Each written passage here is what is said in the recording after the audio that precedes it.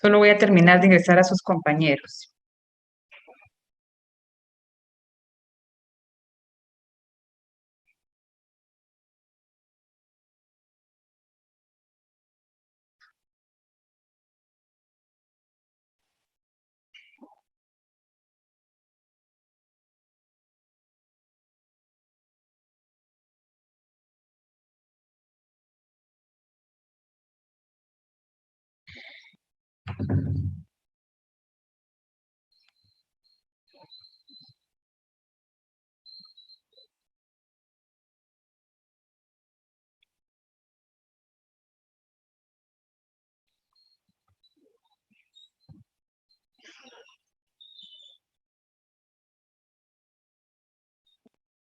Muy bien, aquí nos habíamos quedado, ¿se recuerdan? Habían varias dudas del último día de clases, que fue el viernes de la semana pasada. Solo lo voy a poner en modo presentación. Denme un segundo.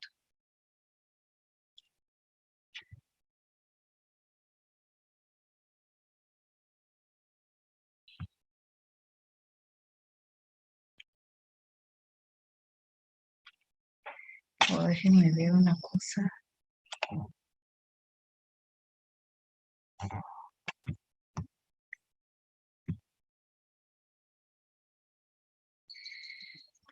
Bueno, nos habíamos quedado acá. Estábamos viendo la metamorfosis de los insectos. Yo creo que el tema de exuvia, por lo que me he dado cuenta en las prácticas, exuvia y muda está bastante claro.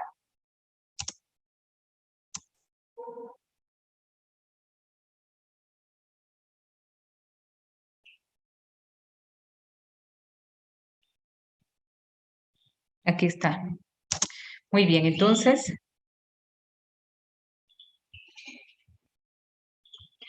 exuvia, ya dijimos que era el exoesqueleto que dejaba el insecto en cualquiera de sus estadios, a excepción de cualquiera de sus estadios, para él dar paso a su crecimiento. Si es el caso de una ninfa, pues van creciendo, y si es el caso, por ejemplo, de larva, la larva también va a ir creciendo hasta llegar a pupa, y después de pupa para adulto, pues también deja la exuvia de la pupa. Y la muda, entonces, la muda es ese proceso por el cual se da el cambio. La exuvia es lo que queda, y el proceso del cambio, del crecimiento, o en esas etapas de la metamorfosis, en donde va a despojarse de su exceso. Decimos que este insecto está mudando, o esa larva está mudando, es decir, que se está desprendiendo de su exoesqueleto viejo para ella ser más grande. Hablábamos entonces del tipo de metamorfosis, hablamos de una metamorfosis completa y una metamorfosis simple. Dentro de la metamorfosis simple, la forma más sencilla, los menos evolucionados, son los ametábolos. Dijimos que los ametábolos son los que no presentan metamorfosis. Luego tenemos, esta es una clasificación antigua, pero que en algún momento ustedes sí lo pueden encontrar en la literatura, los hemimetábolos y los paurometábolos. La diferencia de ellos dos es únicamente que su estadio inmaduro, que sería en este caso la ninfa, eh, va a ser llamada diferente si está en agua, náyade, y si es terrestre, ninfa. En la clasificación actual ya metábolo, sino que para los dos casos se utiliza hemimetábolo, que está aquí con rojo. Pero sí, se sigue utilizando ese estadio inmaduro si son terrestres ninfas y si son acuáticos náyades. Entonces ellos pasan por huevo acuático, estadio adulto. Ellos decimos que son exopterigota porque el desarrollo de sus alas es en la parte exterior del cuerpo. Están expuestas las alas, el desarrollo de las alas a- a la- al, al ambiente. Ellas, conforme la ninfa va creciendo, va a ir desarrollando sus alas paulatinamente. ¿Y cómo se hace el crecimiento de la ninfa? A través de los distintos estadios ninfales. Es decir, cuando hay una muda, nos queda la exuvia, Y ahí ese es un estadio ninfal, ese cambio, o sea que la nueva ninfa que va a salir en ese proceso de la muda va a ser un poco más grande y así paulatinamente hasta alcanzar el tamaño del adulto. Con el tamaño del adulto, entonces, sus alas van a estar completamente desarrolladas y su genitalia, es decir, sus órganos sexuales también con ambos casos. En el ametábolo, entonces, ellos van a pasar por huevo. No se va a hablar ni de náyade, ni de ninfa, ni de larva, sino que se habla de estadio juvenil, que es morfológicamente igual al adulto, y sus órganos sexuales inmaduros aún se están formando. Entonces se llama juvenil. Cuando este juvenil alcanza el tamaño del adulto y la madurez sexual, entonces ya hablamos de un adulto en la metábola.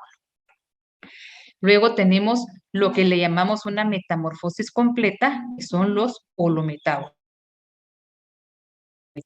Entonces tenemos huevo, larva, pupa y adulto. Tenemos estos distintos estadios en el proceso del desarrollo de la metamorfosis, huevo, larva, pupa y adulto, y serían los endopterigota. Endopterigota, entonces, quiere decir que sus dentro de una estructura. ¿Y cuál es esa estructura? La pupa. Esta es una ventaja para ellos porque el desarrollo de sus alas está protegida, no está expuesta al ambiente. Entonces es una ventaja, son entonces los más evolucionados. Entonces venimos de lo más simple a lo más complejo, lo más primitivo a lo más evolucionado. Entonces, vamos a ver. Bueno, aquí ya estamos viendo solo un repaso rápido, que esto ya lo habíamos visto. Entonces, aquí tenemos los ametábolos, son los que no tienen metamorfosis como tal, sino que empiezan acá. Ahorita voy con el chat. Empiezan acá como huevo, distintos estadios juveniles, así es como se le llaman a los estadios juveniles hasta llegar al adulto.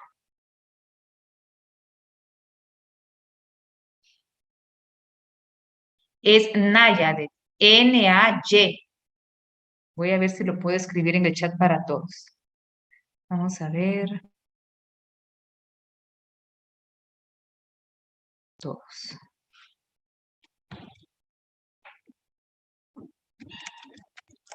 No sé si todos pueden ver lo que escribí. No, no lo pueden ver todos.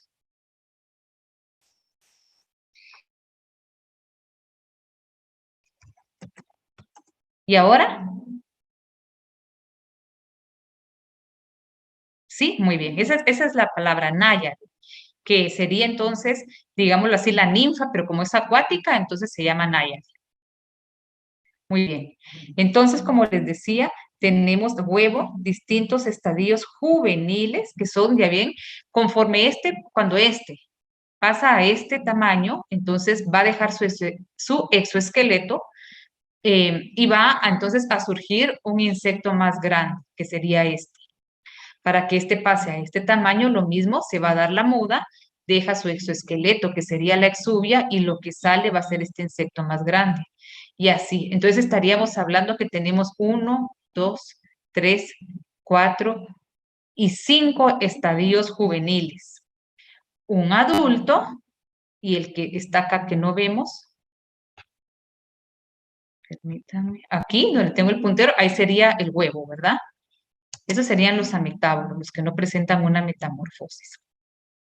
Luego tenemos los hemimetábolos, que ya dijimos que tenemos ya sea los acuáticos, ninfas o estadios inmaduros acuáticos o palabra náyade. Entonces, ellos pasan por huevo, náyade y adulto. Y estadios de náyade también, por ejemplo, aquí hay 1, 2, 3 estadios de náyade. Quiere decir que aquí se da la muda. Para pasar de este para este hay una muda, de este para este hay otra muda, y de este para este hay otra muda. Y si hay una muda, quiere decir forzosamente que voy a tener también una exuvia. Entonces luego tenemos el adulto con sus órganos sexuales maduros, el objetivo primordial de él es el ovipositar, el perpetuar la especie, ¿verdad? Entonces el adulto, algunos viven muy poco, otros viven un periodo un poco más largo, colocar huevecillos para poder perpetuar la especie. Aquí tenemos entonces el adulto de la libélula y la náyade o el estadio inmaduro de la libélula.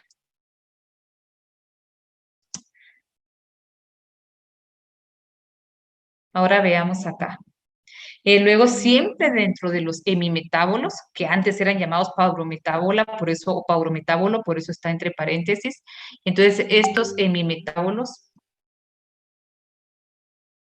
em, todo su desarrollo, empezamos con huevo, es los 1, 2, 3, 4 estadios ninfales, y conforme ellos, para poder ir creciendo, lo mismo, ¿verdad? Se va por el proceso una muda, una exuvia, obviamente, hasta llegar al estado adulto.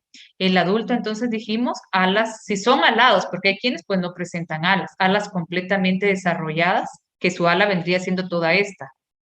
¿Qué tipo de ala es esta? Ahorita voy con el chat. ¿Qué tipo de ala es esta?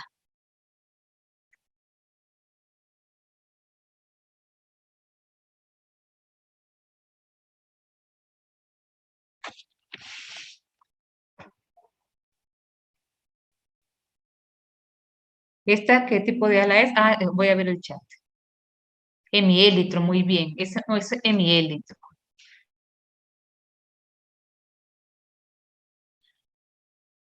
De los estadios adulto. Cuando está en adulto, la misión del adulto va a ser, ellos normalmente no tienen una vida muy larga. La misión del adulto es colocar huevecillos para poder perpetuar la especie. Ese es el objetivo. Incluso hay adultos que viven solo un día, por ejemplo, porque ese es el objetivo de ellos, poder el apareamiento y colocar huevecillos.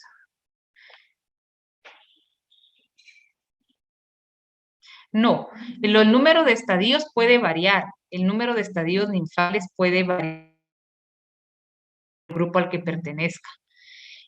Acá, lo que estamos viendo, regresando al tema de las alas, aquí tengo esta ala que viene para acá, esta viene aquí, y esta parte que se ve aquí más verde, esa es la parte membranosa del ala, o esta viene para acá, y vendría todo, por donde estoy pasando el puntero, digamos que estoy delineando el ala. Esta es la parte dura y la parte membranosa es un hemiélitro. Entonces, en este caso, en este caso de las ninfas, ellas normalmente comparten el mismo hábitat que el adulto. El adulto vive en una planta, se alimenta de esta planta y sus estadios ninfales también se alimentan de esa misma planta. A diferencia del náyade, que en ellas sí comparten dos mundos distintos, por así decirlo, dos ecosistemas totalmente distintos. El náyade es acuático y el adulto, por lo regular, va a ser un adulto que va a poder volar, ¿verdad? Terrestres, digámoslo así.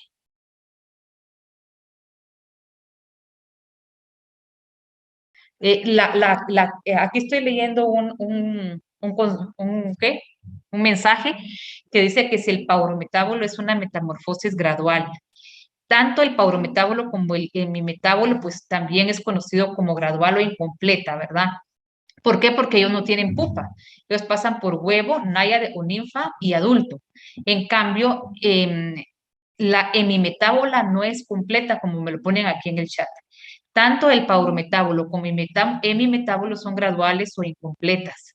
Y el holometábolo sí es una metamorfosis completa, que se las voy a poner a continuación. Entonces, esta es una hemimetábola que antes era conocida como paurometábola, que pasa entonces por huevo, distintos estadios ninfales hasta llegar a adulto. Todos son terrestres, comparten el mismo hábitat para vivir. En cambio, en el caso de náyade, su estadio inmaduro es acuático y el adulto terrestre, puede volar.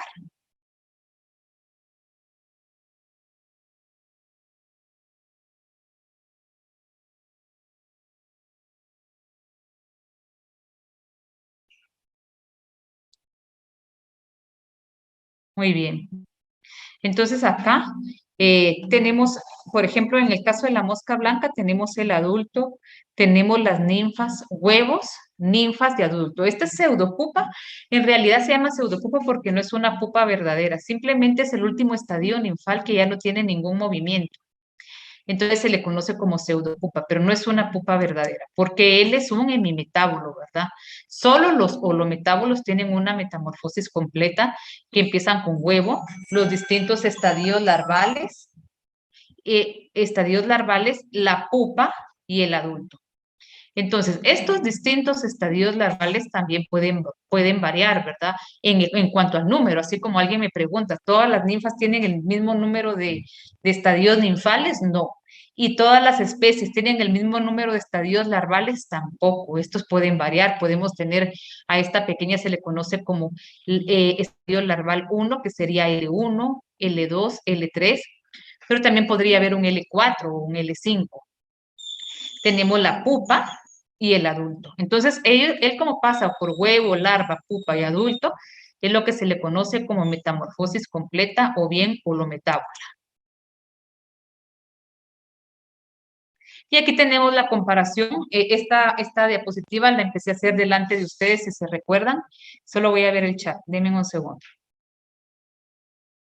Esto no viene, me están preguntando al parcial hasta dónde viene, esto ya no viene, todo lo que viene hasta antes del tema de la metamorfosis. La metamorfosis la empezamos a ver el día viernes de la semana pasada y ya no entra, o sea que vendría hasta lo que vimos el miércoles de la semana pasada. Metamorfosis ya no. Entonces, lo empecé a hacer delante de ustedes porque había mucha duda en cuanto a hemimetábolo y holometábolo. No viene difícil, no viene difícil el examen. Entonces, entre hemimetábolo y metábolo. Entonces, para poder compararlo, el hemimetábolo tiene su estadio inmaduro, que sería ninfas o náyade, pero nunca larva. Y el adulto, huevo, ninfa o náyade y adulto. El holometábolo va a presentar huevo, larva, pupa y adulto. Nunca ninfa o náyade. Nunca.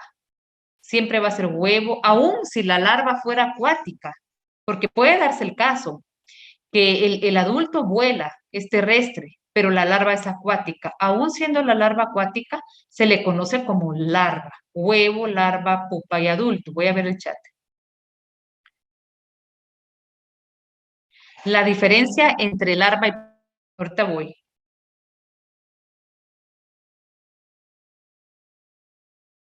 Allá, en el hemimetábulo. Bueno, aquí tengo dos preguntas, las voy a poner aquí a un ladito. La primera pregunta dice, la diferencia entre larva y pupa. La larva tiene movimiento, se alimenta, mientras que la pupa ya no, ni se va a alimentar, ni tiene movimiento, se forma dentro de una caparazón que es de distintas maneras, se forma dentro de su caparazón y ahí es donde ella va a crecer. Ella ya no se va a alimentar. Entonces, esa es la larva, esa es la pupa, perdón. Entonces, la otra pregunta dice, ¿en mi metábolo son metamorfosis gradual? Sí, en mi metábolo y parometábolo, pero había otra pregunta que había visto yo acá. Lo dije.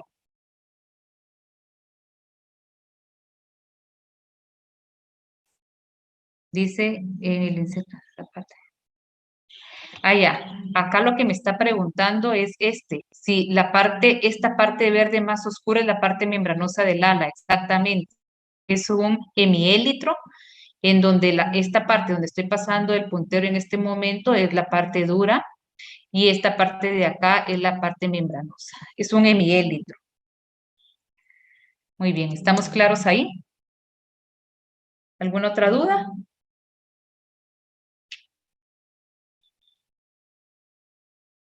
Bueno, entonces,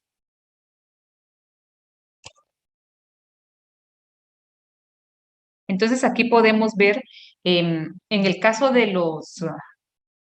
En el caso, por ejemplo, de los holometábolos, hay algunos holometábolos, por ejemplo, este es el que habíamos visto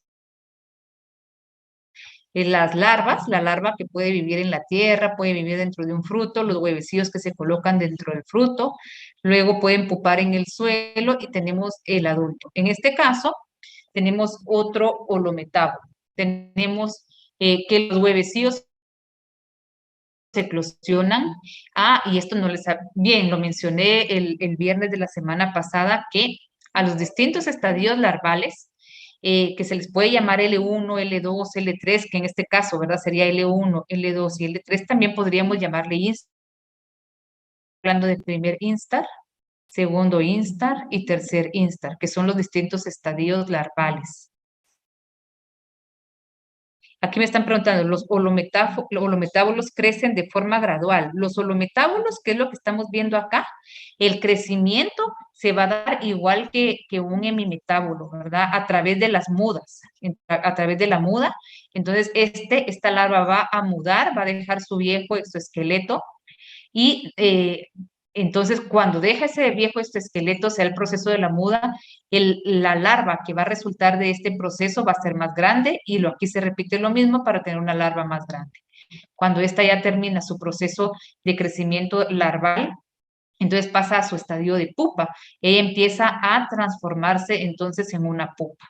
Está un tiempo en pupa, luego deja la exuvia, que habíamos dicho que ya algunos de ustedes han encontrado exuvias de pupa, para dar lugar a la adulto. En este caso podemos ver que en el caso de los huevecillos son colocados en el suelo y las larvas crecen debajo del suelo, la pupa está debajo del suelo y el adulto ya sale a la superficie de la tierra. Entonces, como ustedes pueden ver, en el holometábolo puede darse más frecuente el caso en que el adulto esté en un ambiente y, o en un ecosistema y los estadios inmaduros en otro ecosistema. Lo mismo, por ejemplo, cuando en el hemimetábolo presenta náyades, que serían las acuáticas, ¿verdad? Que son normalmente, no necesariamente el adulto va a ser acuático, sino que el adulto puede ser terrestre. Entonces, allí ellos experimentan distintos o están presentes en distintos ecosistemas en el transcurso del desarrollo de su vida.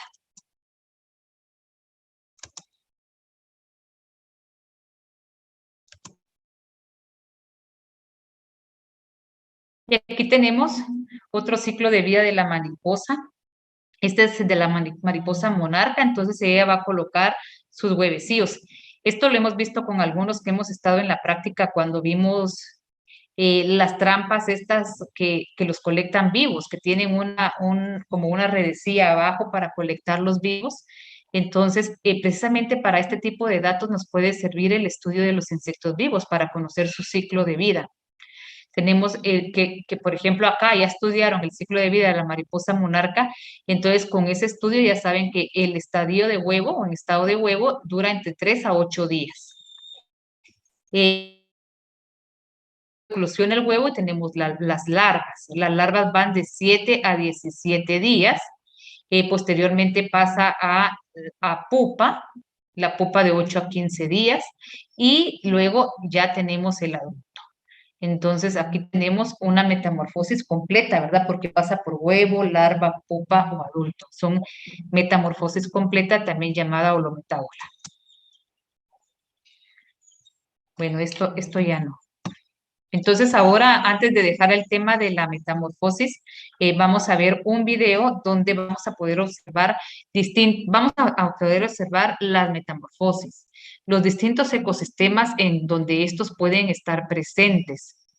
Vamos a ver este proceso precisamente de la muda y cuando ellos dejan la exuvia. Ahora se los comparto, me van a dar un segundo, por favor.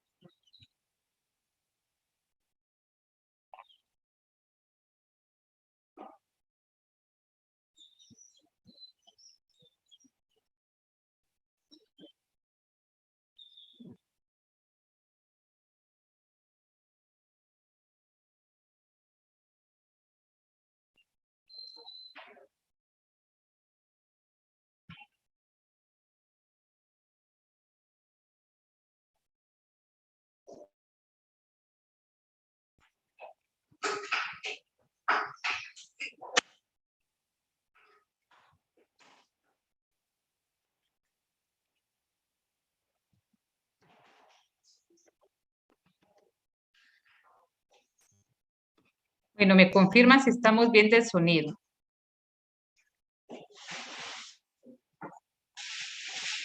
Listo.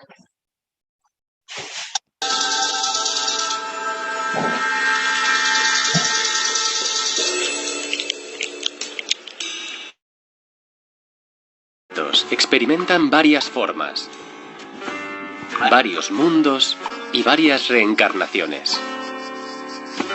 Cada uno de ellos atravesará un momento crucial, una transformación violenta cuando sus cuerpos revienten para dar... Aquellos que se arrastraban volarán por el cielo. Los moradores del agua se volverán terrestres.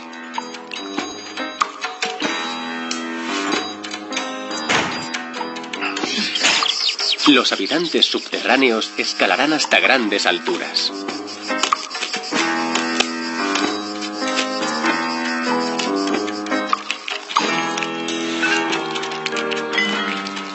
Su metamorfosis es el catalizador para un cambio de lugar, un cambio de metabolismo, un cambio de aspecto y de la manera de percibir y comprender el mundo. Para aquellos que lo experimenten, este cambio crucial se convertirá en el momento más importante de su vida. Metamorfosis.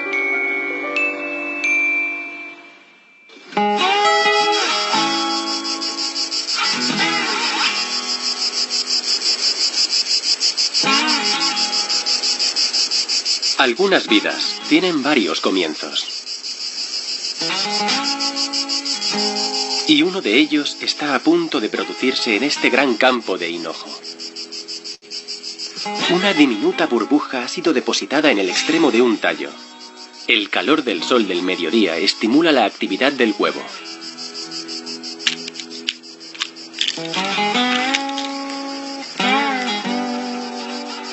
Una diminuta oruga de tan solo unos pocos milímetros de longitud sale del huevo y engulle la cápsula vacía.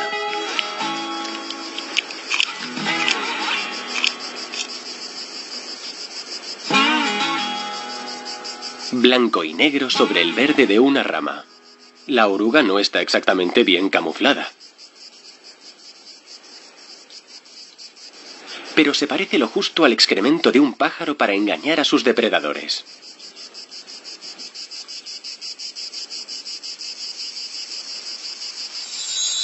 Esta oruga se transformará en una de las mariposas de mayor tamaño de Europa. La mariposa rey o macaón. No conserva este aspecto tan extraño durante mucho tiempo, ya que cambia la piel regularmente, reemplazándola por colores cada vez más llamativos. No se desperdicia nada. Después de cada muda, la oruga liquida de inmediato su antigua piel.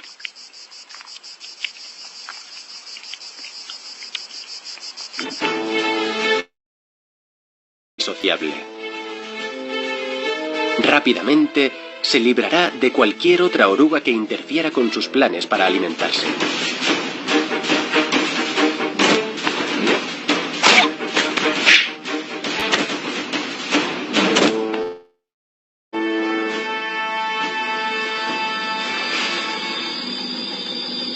Y cuando se trata de una amenaza más grave, emplea su arma secreta, el osmeterio.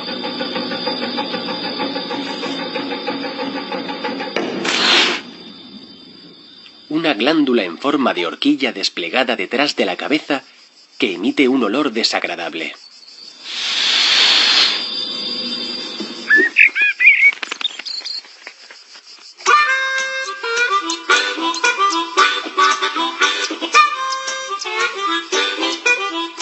La mariposa rey es una oruga voraz.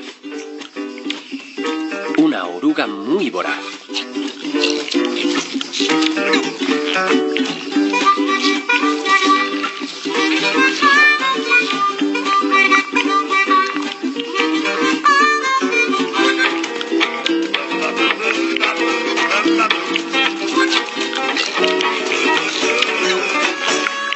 Hinojo los lunes, zanahorias silvestres los martes En un mes su peso corporal se ha multiplicado por 1000.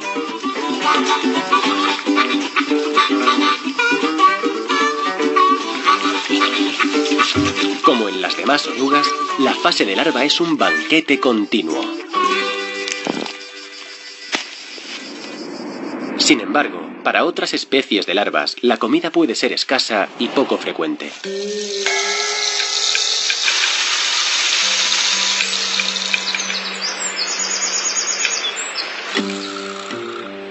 Durante miles de años, el lecho de los ríos hasta convertirlas en guijarros y después en arena cada vez más fina. El entorno ideal que busca esta extraña criatura para establecer su hogar.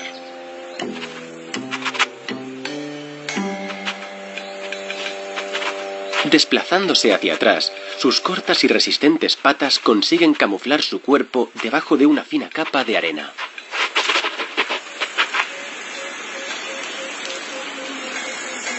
Una arena muy fina para excavar fácilmente y cobijarse cuando haga mal tiempo es el hogar ideal.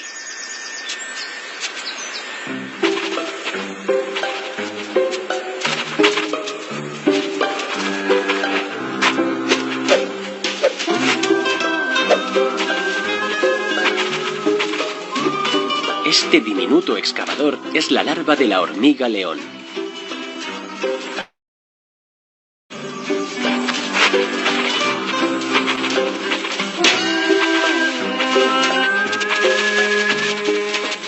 Después, la larva excava en círculos concéntricos.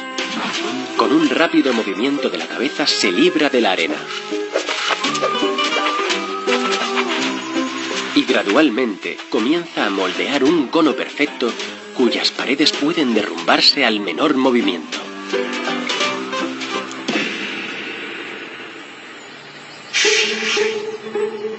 En un lugar ideal como este, la larva no tarda en verse rodeada por otros vecinos.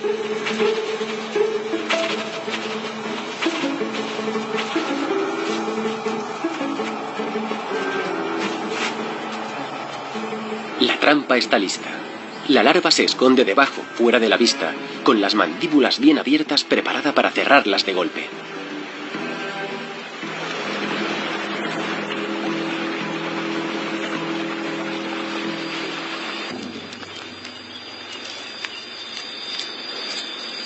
Entre la vegetación y el río, la hormiga león no tiene que esperar mucho tiempo para conseguir su presa favorita.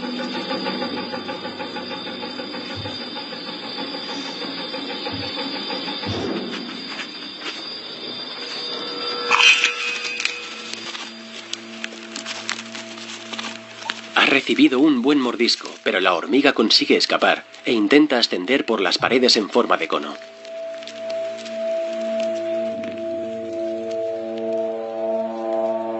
Desde el fondo del hoyo, la hormiga león ataca, utilizando sus mandíbulas. Lanza arena a la hormiga para hacerle caer.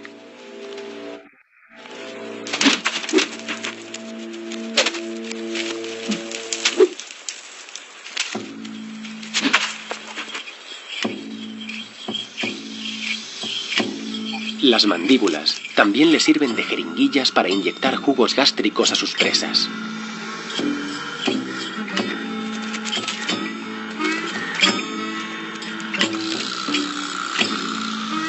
Parece que surte un rápido efecto sobre la hormiga, que se retuerce en el hoyo sin posibilidad de escapar. Después, la hormiga león succiona los jugos de su víctima por medio de sus mandíbulas huecas como si fueran pajitas.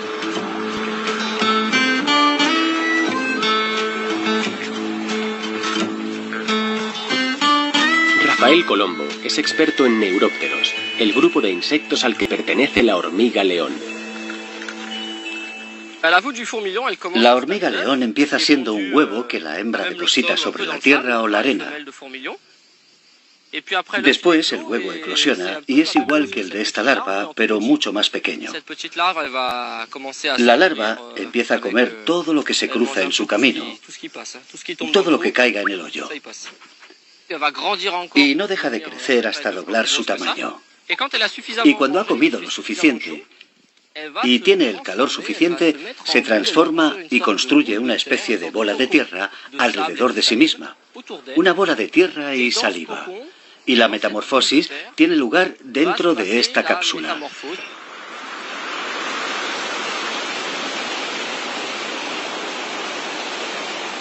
Las ráfagas de aire barren la arena del hoyo dejando al descubierto una bola de tierra.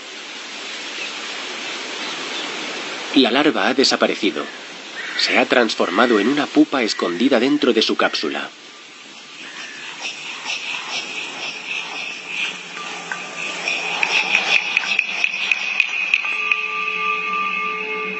El viento y semanas de sequía y de altas temperaturas han transformado este vasto pantano.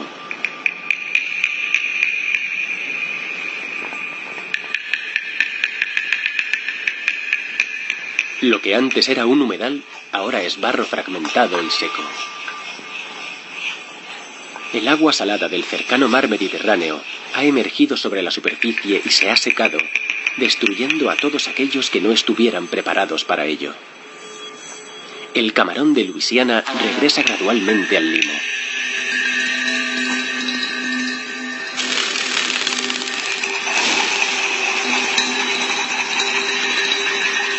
Los que pudieron marcharse ya se han ido, pero otros permanecen aquí, ocultos a la vista, aguardan su momento.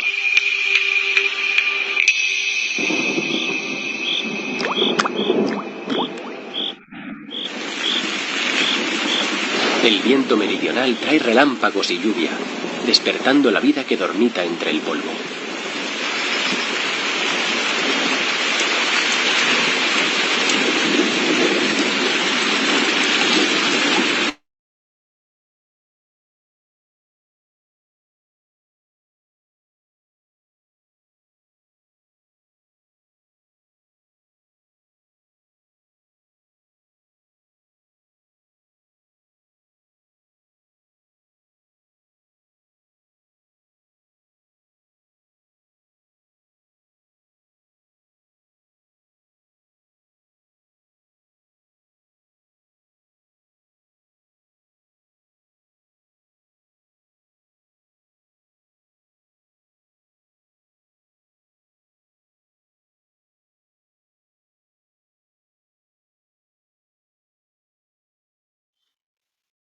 Riachuelos discurren a la vez y nutren y llenan los pantanos que le devolverán la humedad una vez más.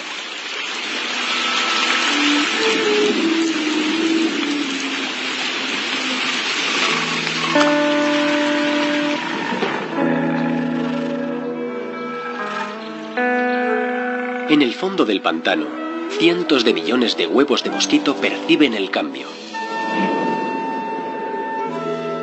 Las primeras eclosiones producen una masa de larvas acuáticas.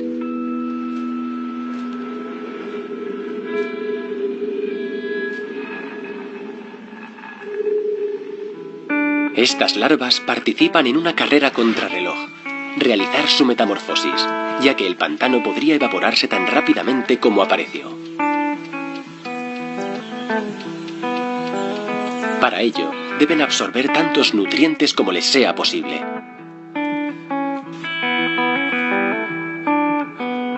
Boca abajo, pasan el tiempo filtrando el agua.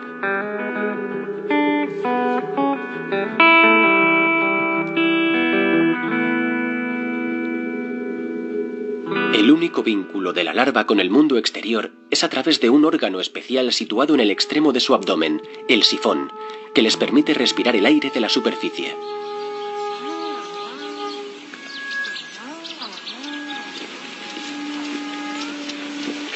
En la Camarga, en el sur de Francia, Samuel Hilaire estudia el ciclo de la vida de los mosquitos. Está intentando capturar algunos especímenes. Los huevos se depositan en una zona seca y deben esperar a la siguiente inundación para poder eclosionar. Pueden esperar durante varios años y por eso tenemos años secos con muy pocos mosquitos. Pero si el año siguiente es húmedo por las inundaciones, podemos tener una enorme explosión de mosquitos al tratarse de la acumulación de todos los mosquitos de los años anteriores.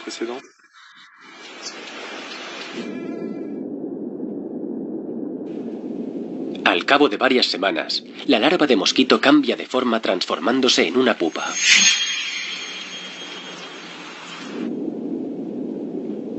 En esta fase, el animal deja de comer.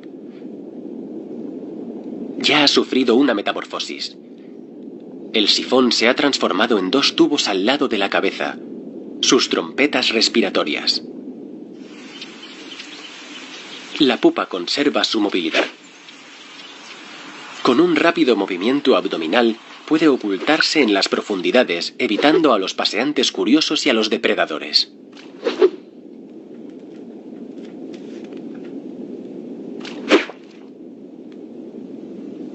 Aparecen nuevos órganos: alas, patas, antenas, ojos compuestos, todo el equipamiento necesario para vivir en el cielo.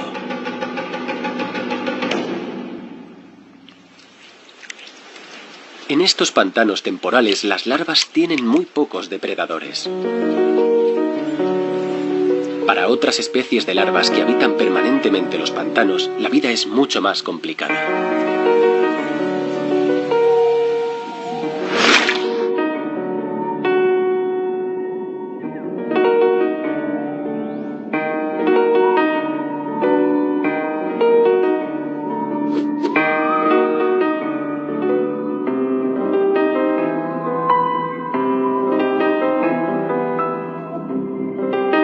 En estos océanos en miniatura, la naturaleza ha dotado a algunas criaturas de unas armas formidables.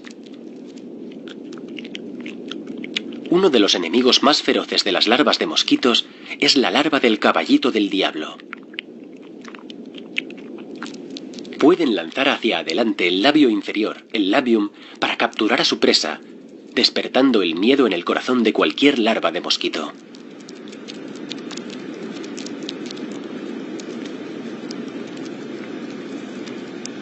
En ocasiones, el depredador de hoy puede convertirse en la víctima de mañana.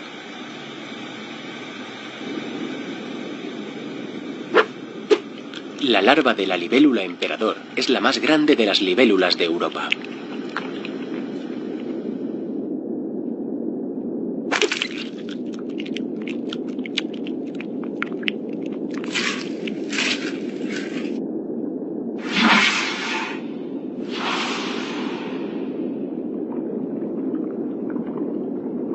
Las larvas deben sobrevivir en este entorno hostil durante varios años.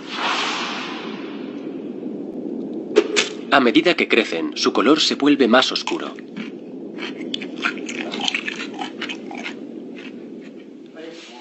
Regis Crick-Jaquet es experto en Odonata, el orden de insectos al que pertenecen las libélulas y los caballitos del diablo. En la Sociedad Linneana de Lyon, él y otros entusiastas se reúnen para recoger exoesqueletos, las pieles que abandonan las larvas después de su metamorfosis. Para poder identificar las diferentes especies, necesitan examinarlas con un microscopio. La larva suele quedarse en el fondo del agua, a menudo debajo de restos de vegetación, esperando a que se acerque una presa. Y cuando lo hace, extiende rápidamente el labium hacia ella para capturarla. Todas son depredadoras y carnívoras. Su presa depende evidentemente del tamaño. Pueden comer pequeños crustáceos y pequeños insectos, otras larvas de libélula, larvas de mosquito, larvas voladoras y hasta renacuajos y peces pequeños o incluso un poco más grandes. Y después pueden cambiar las tornas, porque si el renacuajo sobrevive, puede convertirse en un estupendo depredador de libélulas.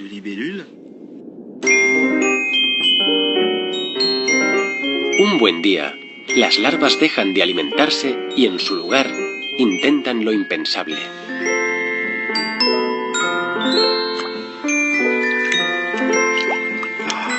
Salir del agua. Un poderoso instinto las empuja hacia este entorno completamente nuevo. Estas larvas pasan del agua al aire.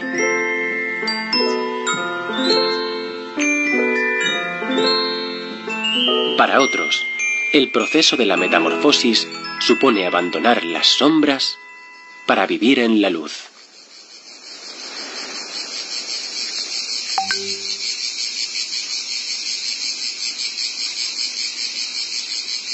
Bajo tierra, una criatura percibe un cambio en la temperatura. Después de 2 años viviendo en la oscuridad, el cálido aire señala la siguiente etapa de su vida.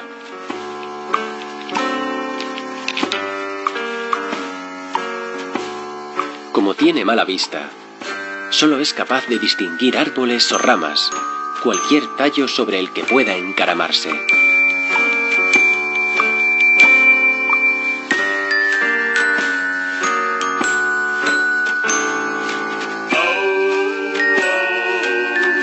Cuando ha ascendido lo suficiente, comienza la metamorfosis. La larva terrestre se detiene y su cuerpo convulsiona. Su capa externa se quiebra, revelando en su interior un insecto verde brillante. Una a una, con un esfuerzo considerable, extrae las patas del exoesqueleto. Estos filamentos blancos eran los tubos respiratorios de la larva. La cigarra debe utilizar todo su peso corporal para eliminarlos de su nuevo cuerpo.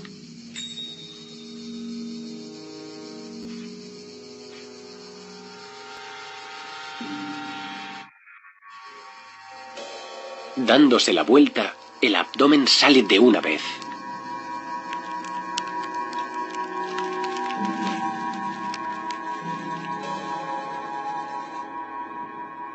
Seguido de la fase vital del despliegue de las alas. Por fin, la cigarra queda liberada de su vida subterránea.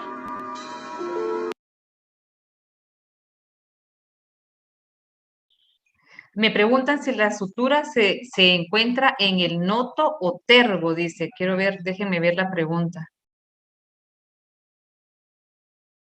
Noto o tergo, que es la misma región, que es esta parte, no sé si ustedes ven la flechita, esta parte de acá. ¿Ustedes pueden ver la flecha que yo estoy usando?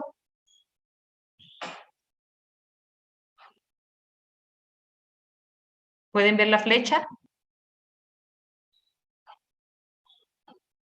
Aquí sería la sutura, noto o tergo. Sí, muy bien, excelente. Entonces la sutura va a estar acá, en esta parte de acá, que sí es en el noto o tergo, que es el mismo, que es la misma región, ¿verdad?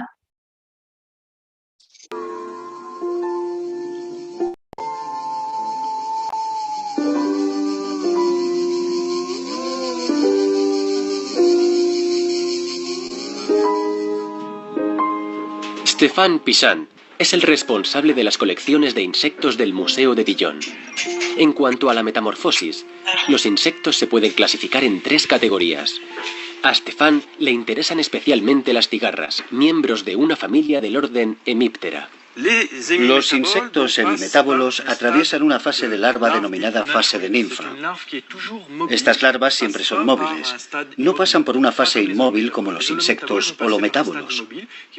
Estos atraviesan una fase de inmovilidad con una transformación total entre la fase de larva y de adulto. Ese es el caso de las moscas, por ejemplo. Es en esta fase también cuando se produce una transformación total del animal y donde el adulto adquiere Tiene ojos compuestos, que me preguntaba. una forma radicalmente distinta a la larva. Finalmente, en los insectos heterometábolos, como los grillos o los saltamontes, las larvas y los adultos llevan una vida muy similar. Es solo en la fase final cuando se desarrollan las alas y los órganos sexuales.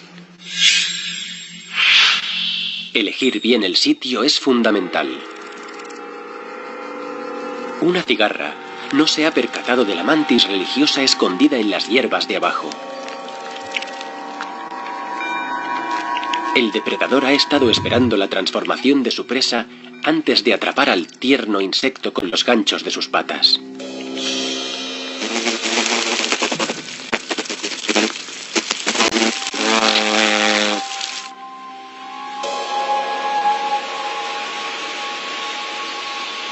Para la larva del caballito del diablo, elegir bien el sitio es igualmente esencial.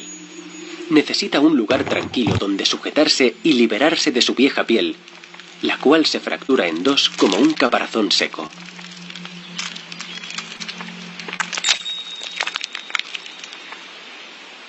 La larva del caballito del diablo está totalmente concentrada en su metamorfosis. Una hormiga se aprovecha de este estado de vulnerabilidad para atacar el tórax.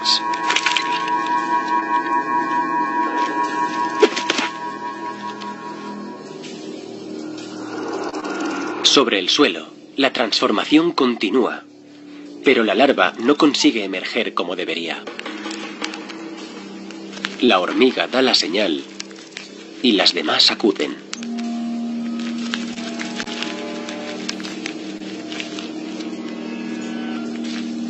El insecto medio transformado es devorado en menos de una hora.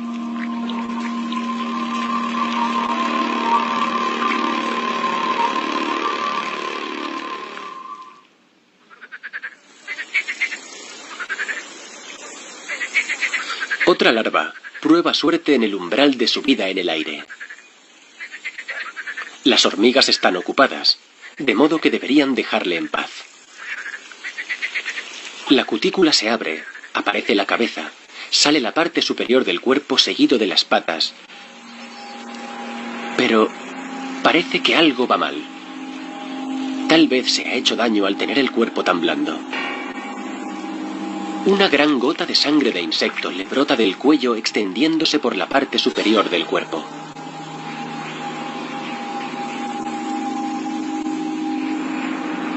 Una vez iniciada la metamorfosis, no se puede interrumpir el proceso. Cuando saca las alas de la cápsula, están arrugadas y el insecto adulto parece destrozado.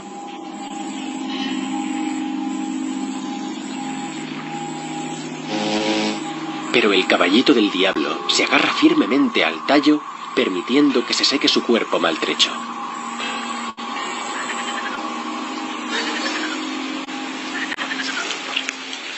Un tercer caballito del diablo emerge del pantano y se transforma sin incidentes. Para salir del exoesqueleto, se sujeta a la cabeza de su antiguo cuerpo. En posición vertical, extiende las alas gracias al fluido que lentamente las impregna. Esta metamorfosis parece producirse sin contratiempos, hasta que una ráfaga de viento lanza al insecto contra una tela de araña.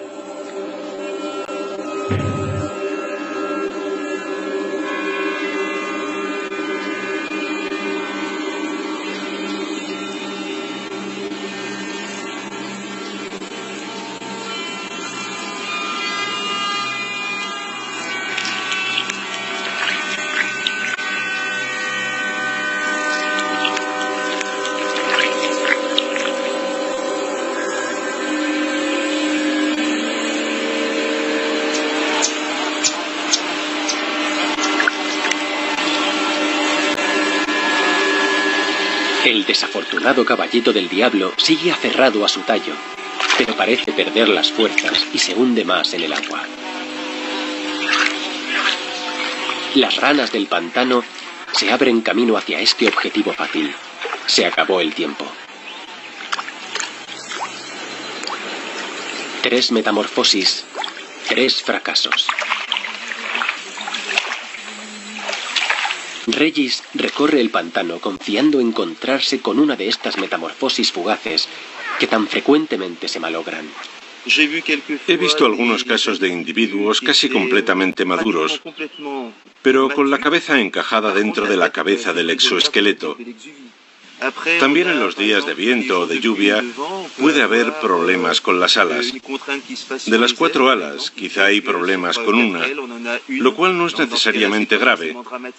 Pero en ocasiones 2, 3 o incluso las 4 alas no se desarrollan adecuadamente y al adulto le resulta imposible volar. Después están los depredadores que pueden llegar justo en el momento en que emergen, que es el momento crítico. Podrían ser arañas, hormigas o también babosas. Hay muchos pequeños depredadores listos para abalanzarse, o incluso otros individuos de la misma especie. Para evitar estos peligros, la oruga de la mariposa rey pasa varias horas en busca del lugar ideal. Cuando su cuerpo está lo suficientemente orondo, abandona el campo de hinojo para encontrar un lugar adecuado.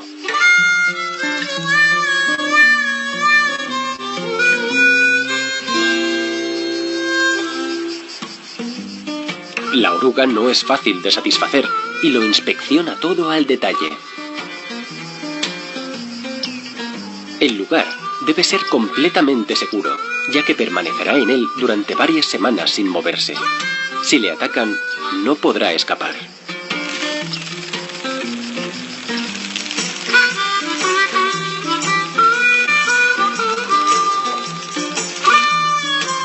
Lo prepara todo meticulosamente. La oruga segrega un hilo de seda por la boca para cubrir toda la superficie.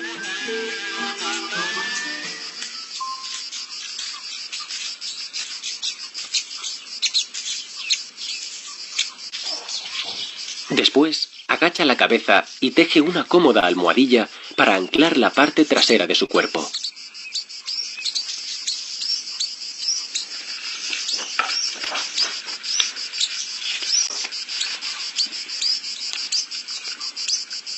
Después, llega la fase de sujeción, de vital importancia. La oruga teje un cordón sólido alrededor de su cuerpo y se introduce dentro del arnés de seda.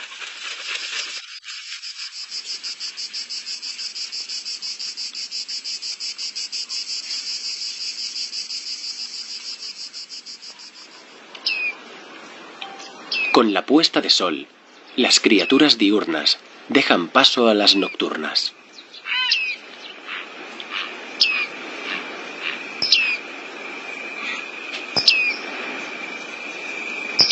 La oruga está lista para uno de los mayores retos de su vida.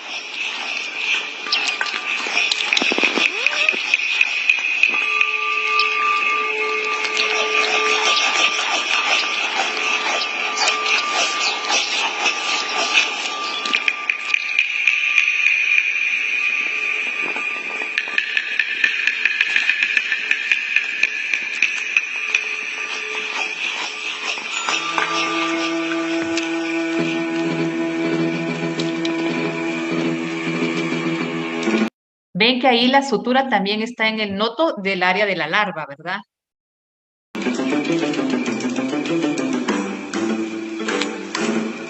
La pupa que acaba de emerger se libera de su pijama de rayas tan rápido como le sea posible.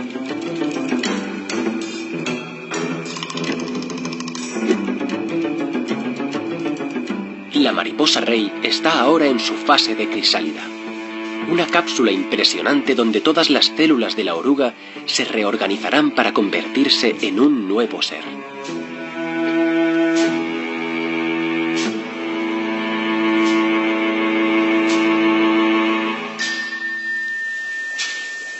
Durante esta época, una silueta desgarbada y extraña hace su aparición.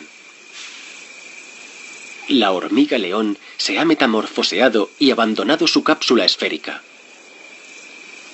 Lo único que queda de aquella larva robusta y excavadora es su frágil exoesqueleto, una funda transparente donde se albergaba la criatura. Un vecino también hace su aparición, pero no ha sido capaz de aferrarse a la hierba. Atacado por otro de su misma especie, ha recibido un mordisco de una larva escondida en la arena. Retorciéndose sobre el suelo, es incapaz de volar. Sus contorsiones han dañado y arrugado sus frágiles alas. La desafortunada hormiga león consigue sujetarse a una pequeña rama y encontrar cobijo, pero tiene el extremo de la cola y las alas demasiado dañadas. Esta hormiga león no irá a ninguna parte. A fin de observar a estas fugaces criaturas aladas, Rafael las atrae con una luz contra una superficie blanca. Las larvas son como bulldóceres o tanques, mientras que los adultos son como pequeñas hadas.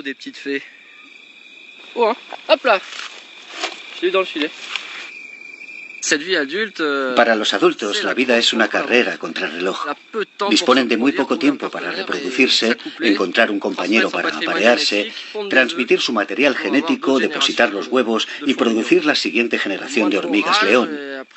La menor tormenta les destroza la vida si no son capaces de encontrar un lugar donde ocultarse y protegerse.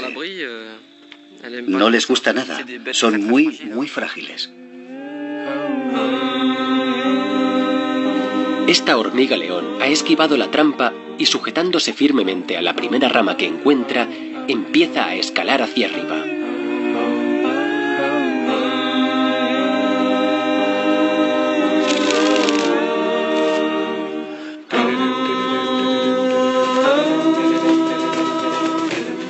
Es hora de su primer vuelo.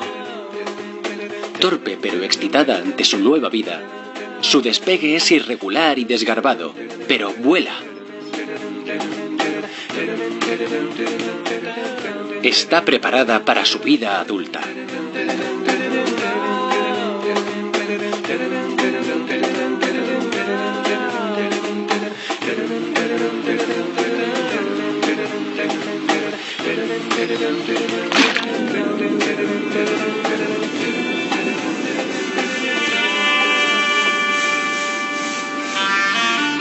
Debajo del agua, el mundo del exterior también atrae a la reina del pantano.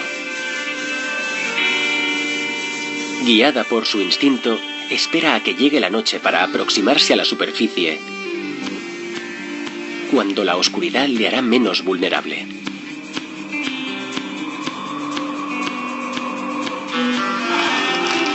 Su caparazón se llena de aire y la libélula emperador se transforma a la luz de la luna llena.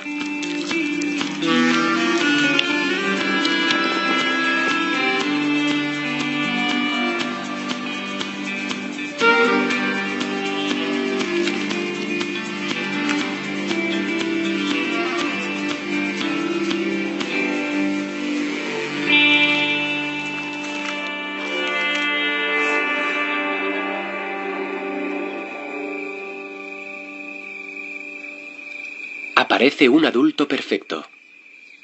Esta hembra espera la llegada de los primeros rayos de sol para secarse y cambiar de color. Es un proceso que puede durar varias horas, pero secarse bien es esencial.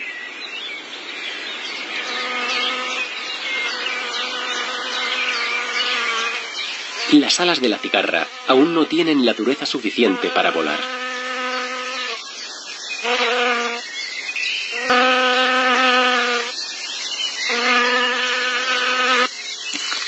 Un intruso altera este momento crítico.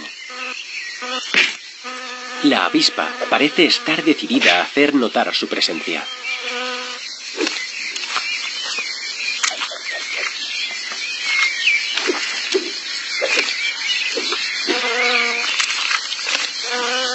La cigarra escala más arriba para encontrar un refugio mejor.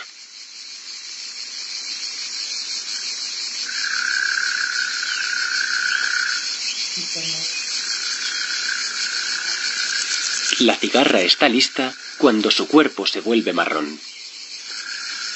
Pero su primer vuelo es crucial. El área está llena de peligros. Las arañas tigre han tejido unas telas impresionantes.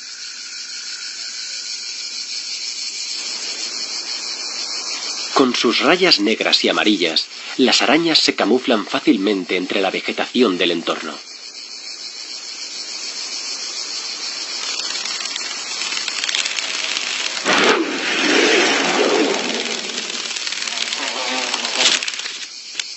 Enredada en la tela de araña, la cigarra se resiste, empeorando la situación. La araña vigila a su presa de vez en cuando, dejando que se enrede cada vez más.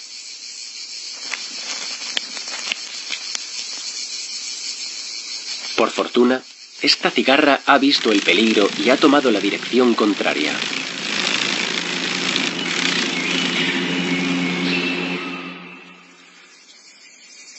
Después de varios días sin moverse, la cápsula de la mariposa rey empieza a agitarse. Dentro de la crisálida, la transformación de la oruga ha finalizado.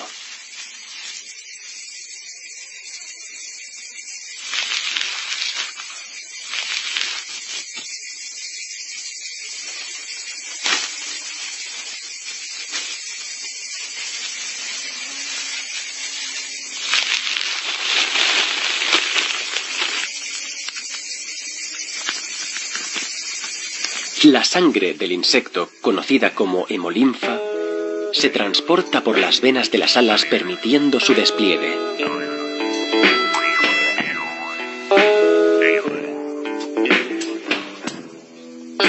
Las alas están cubiertas por escamas parecidas a las cejas de un tejado. Este tapiz multicolor debe secarse bien al sol. En esta fase, la mariposa ya no puede ocultarse. Las últimas larvas de la temporada, las de los mosquitos, finalmente se preparan para emerger. Una señal hormonal indica que se ha completado la transformación. Es el momento de cambiar de entorno. La pupa comienza presionando su traje de buzo, llenándolo con aire de la superficie. El traje finalmente revienta.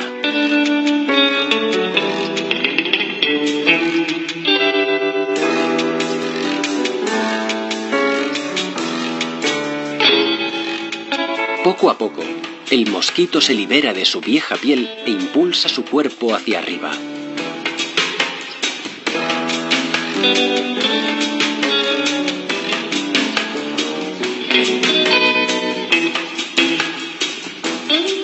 La liberación de las patas es un momento crucial.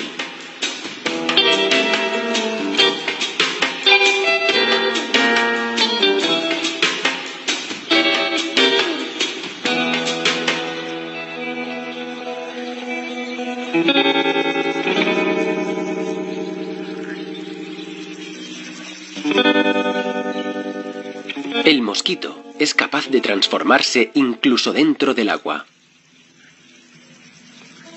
El adulto se dirige directamente hacia la superficie.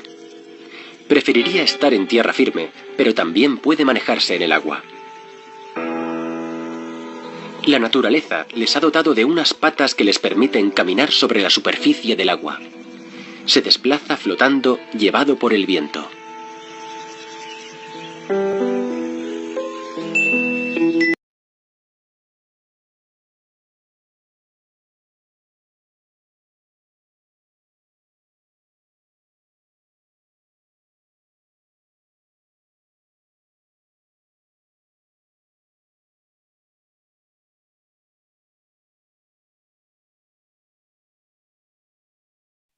Perdón, tenía el micrófono apagado. Para evitar que flote, ¿qué hacemos entonces?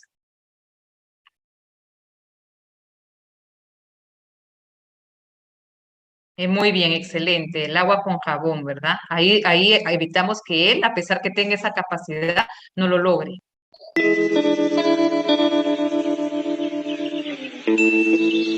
Este año, las condiciones son especialmente favorables para los mosquitos y todas las larvas emergen al mismo tiempo.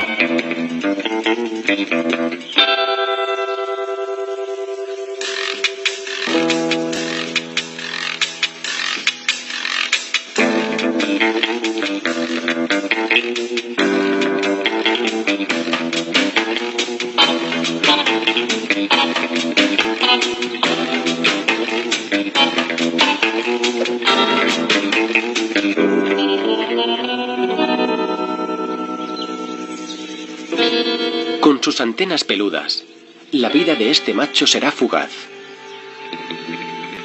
Un poco de néctar, alguna historia amorosa si tiene suerte y nada más. Pero gracias a sus finas antenas y a su afilada probóscide, la vida de la hembra será más larga y aventurera. También come néctar, pero su plato favorito es la sangre. De manera que en cuanto se le secan las alas, sale en busca de hemoglobina.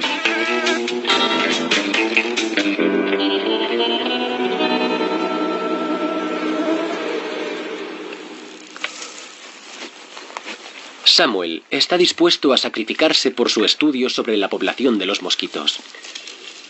Por desgracia para él, la mejor manera de atraer a los mosquitos del pantano es hacer él mismo de cebo. Voy a hacer una prueba de captura tras aterrizaje en humanos. Es muy sencillo. Voy a exponer mi pantorrilla a los mosquitos y voy a succionar a aquel que se acerque e intente picarme. Ya está, dicho y hecho. Al comienzo de la estación se pueden ver 1 o 2 mosquitos. Después se quedan en unos 10 durante un tiempo y después llegan a 40 o 50. Y este año hemos tenido días en que hemos capturado más de 200 mosquitos en 5 minutos en la pantorrilla. ¿Cómo se llama el instrumento que está utilizando? Aquí me pusieron, es trampa de succión, pero ¿cómo lo vimos? A ver, los que tuvieron la práctica hoy. Exactamente, el aspirador. Después los identifico y añado la biomasa que se produce en el pantano. Y esta biomasa sirve de alimento para todos los comedores de insectos, incluyendo muchos pájaros que cazan mosquitos y moscas durante la temporada para alimentar a sus crías. Y las arañas también se comen a muchos de ellos. También son presa fácil para las libélulas. Y no digamos los murciélagos. Ocupan un lugar importante en la cadena de alimentación. Una vez seca, la mariposa rey estira sus músculos y se prepara para su primer viaje.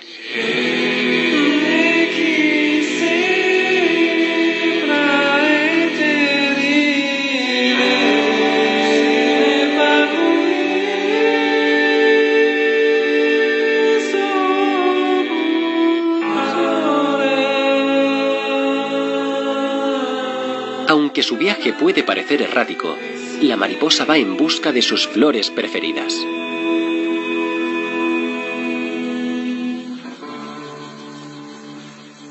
Christian Bottolier de Poix trabaja en un jardín de mariposas.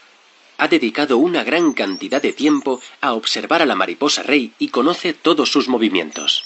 Lo primero que hago es conseguir combustible de las flores, en otras palabras, néctar. Las mariposas se alimentan de néctar por medio de la probóscide.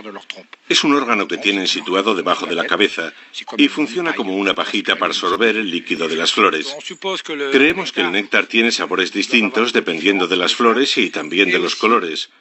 Porque hay que saber que en general los insectos son capaces de distinguir algunos colores, no todos. De modo que tienen preferencias en cuanto a los colores que pueden reconocer. A la mariposa rey le gusta especialmente el color morado o rosa. En general las flores blancas no les atraen. Las mariposas adultas solo se alimentan para coger fuerzas y vivir todo el tiempo que les sea posible. La misión principal de cualquier especie es la reproducción. A ver, solo voy a aclarar algo. Él está diciendo al aparato bucal de la mariposa una probóscide.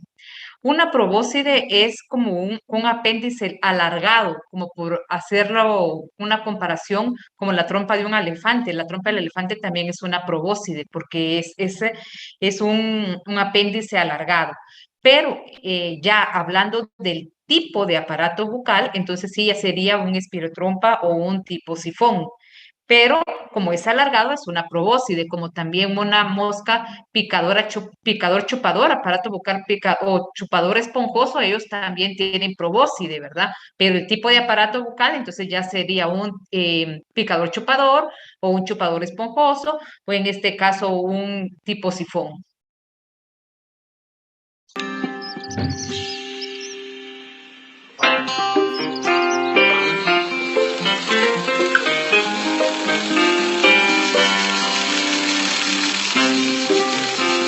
Ahora, después de pasar 2 años bajo tierra, succionando las raíces pequeñas de los árboles, la cigarra puede volar.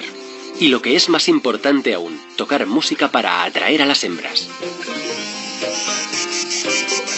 Como todos los buenos músicos, este macho de cigarra ha encontrado una rama con buena acústica. Un breve ensayo y está listo para comenzar. Haciendo vibrar sus membranas rápidamente, emite un sonido conocido como canto de la cigarra. Los órganos del insecto están situados en un extremo de su cuerpo, dejando el resto hueco para actuar a modo de caja de resonancia y emitir su sonido tan alto y tan lejos como le sea posible, para que lo escuchen las hembras. Intento comprobar si hay una cicadeta cantilatrix, pero... Stefan estudia los distintos cantos de las cigarras. Incluso ha desarrollado la habilidad de conversar con ellas. Aunque no siempre es fácil diferenciar las distintas especies. Además de por su aspecto, cada especie de cigarra se diferencia por sus ritmos y frecuencias. Tienen 2 timbales en el primer segmento abdominal, y es un órgano que solo se dedica a emitir sonidos. Únicamente aparecen los machos, de manera que es el macho quien emite este canto, este sonido que es un sistema de guía que actúa a modo de invitación para que la hembra acuda para reproducirse. El macho siempre intenta ser el último en emitir el sonido, porque la hembra suele dirigirse hacia el macho que mantiene el sonido durante más tiempo.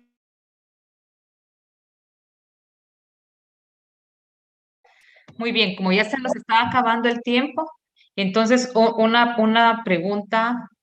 Desde el punto de vista agrícola, ¿por qué sería importante entonces conocer el tipo de metamorfosis que tenga el insecto que nos interesa?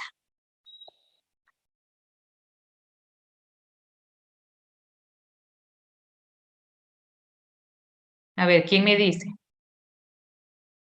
¿Por qué es importante conocer el tipo de metamorfosis que el insecto tiene, el tipo de, desde el punto de vista agrícola?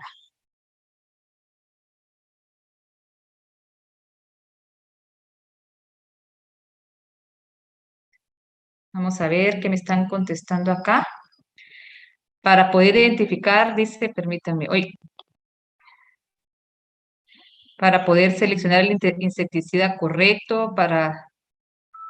este está muy interesante. El insecticida correcto está bien para saber la etapa en que ataca el cultivo, es cierto, ¿verdad?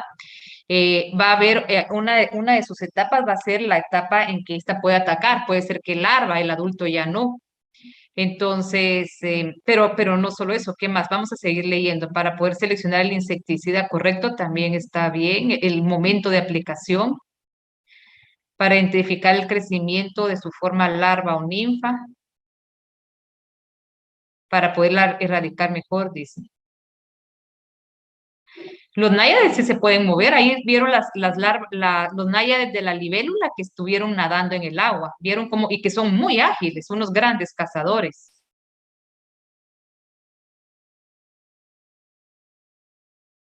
Dice un protocolo para el umbral económico, para saber la etapa de control. Bueno, en resumen, es importante conocerlo porque, por ejemplo, así como en el caso de, se los voy a poner acá.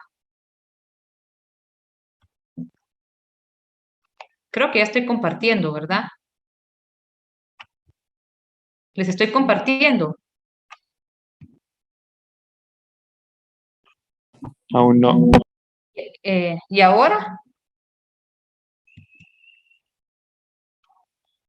¿Y ahora?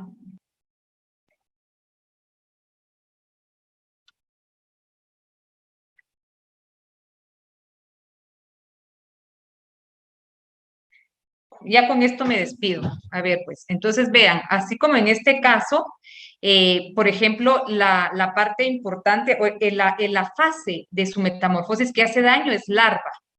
Pero si yo conozco todo su ciclo, entonces yo no me voy a dedicar a controlar solo la larva. Yo puedo poner atención al adulto y empiezo a controlar el adulto, porque si controlo al adulto voy a tener menos huevecillos y entonces menos larvas. Y la larva pues también la puedo controlar. Entonces aquí ya 2 de sus fases, que es el adulto y la larva, yo estaría controlando. Quizás en distinto momento, no necesariamente al mismo momento, porque acá, en la etapa de adulto, yo evito que pongan huevecillos, entonces yo desde ya estoy evitando tener una alta población. Y si es necesario controlar larvas, pues también voy a controlar la larva. Pero entonces yo tengo más estrategias para el control de las plagas si conozco la metamorfosis, el tipo, no solo el tipo de metamorfosis, sino que en dónde, qué hábitos o en dónde, qué hábitat o en dónde las podemos encontrar, ¿verdad? El tipo de hábitat, si son terrestres, si son acuáticas, qué tipo de vegetación prefieren, etcétera. Son para tener estrategias de control. Muy bien, hasta aquí nos vamos a quedar el día de hoy y nosotros en entomología sí nos toca continuar hasta la otra semana. Nos vemos la otra semana, el examen viene entonces hasta lo que vimos el miércoles de la semana pasada. Si no hay ninguna duda, pasen feliz tarde, jóvenes.